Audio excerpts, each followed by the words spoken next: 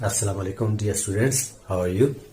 Dear students, today we are going to practice the tenses that we have learned. जो tenses आपने सीखे थे आज उसकी practice करेंगे.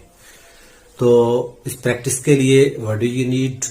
You need a ballpoint and a notebook. So you see your tenses, you cannot get skillful in that. You cannot get expert in your tenses until you use all the tenses simultaneously. कि आप तमाम tenses को इकट्ठे सारे के सारे जो है वो उसकी प्रैक्टिस ना करें तब तक आप उसमें स्किलफुल नहीं हो सकते. मसलन आप अगर प्रेजेंट सिंपल की प्रैक्टिस करते चले जाते हैं तो वो आपको आ गया, लेकिन जो ही आपने प्रेजेंट प्रोग्रेसिव की प्रैक्टिस शुरू की वो प्रेजेंट सिंपल जो है वो पीछे रह गया. तो वो कंबाइन, यानी आप यूं समझ लें कि जब आप गाड़ी में बैठते हैं तो पहले आपने इग्निशन स्विच लगाने का जो है वो तरीका सीखा, फिर गियर में डालने का तरीका सीखा, फिर क्लच में.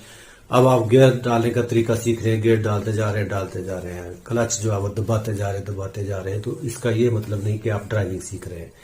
ड्राइविंग का मतलब ये है कि आप स्विच में इग्निशन की लगाएं, उसको घुमाएं, उसको इंजन जो है वो that will be ignited and after that you will push the clutch and then you will put your car in the gear, and after that you will accelerate it, and then you will leave the clutch.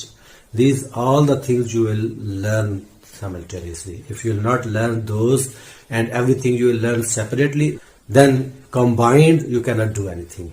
तो ये बिल्कुल example जो है वो बिल्कुल दुरुस्त जो है वो लैंग्वेज पर आती है. तो जब आप टेंसेस सीख लें तो उसके बाद उसकी प्रैक्टिस जो है वो एक एक टेंस करके करते रहें. आई बेट इट कि आपको कभी भी जो है वो टेंसेस में एक्सपर्टीज नहीं मिलेगी.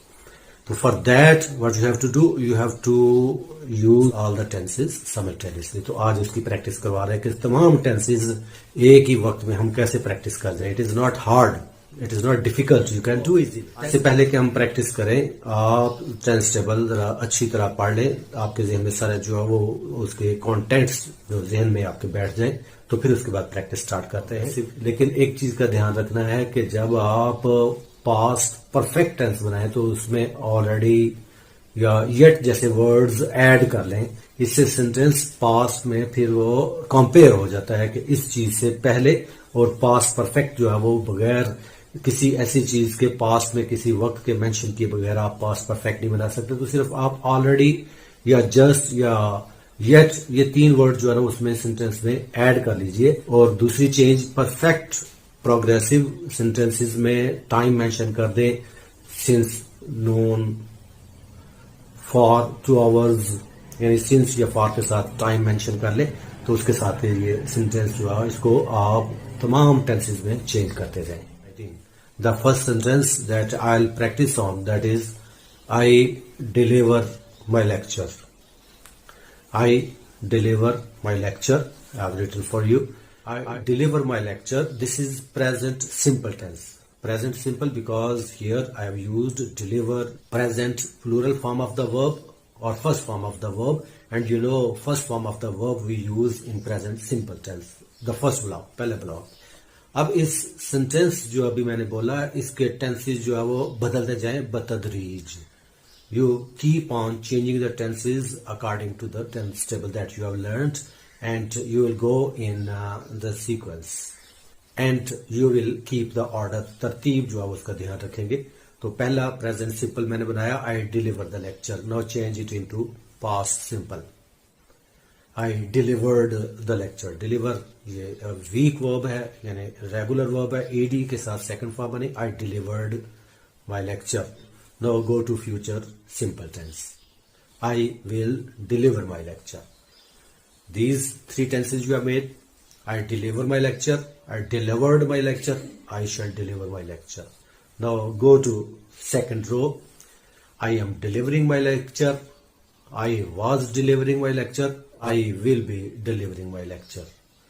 Next, third, I have delivered my lecture. I had already delivered my lecture. I will have delivered my lecture. Now last, I have been delivering my lecture since Monday. I had been delivering my lecture before you came. I will have been delivering my lecture before morning. So you see all the tenses are made with the same sentence.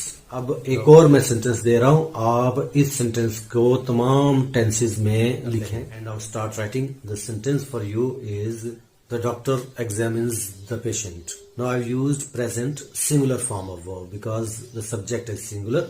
The doctor. The doctor examines the patient. Now change this sentence in all the tenses. And after changing, you resume my lecture. I hope you have written. तो तरतीब में मैं ये सारे tenses में ये sentence बोल रहा हूँ, तो आप जरा मैच करें जो आपने लिखा है. सेंटेंस जो आपने लिखा है उसको जरा इससे मैच करें. The doctor examines the patient. तो the doctor examined the patient. The doctor will examine the patient. The doctor is examining the patient. The doctor was examining the patient.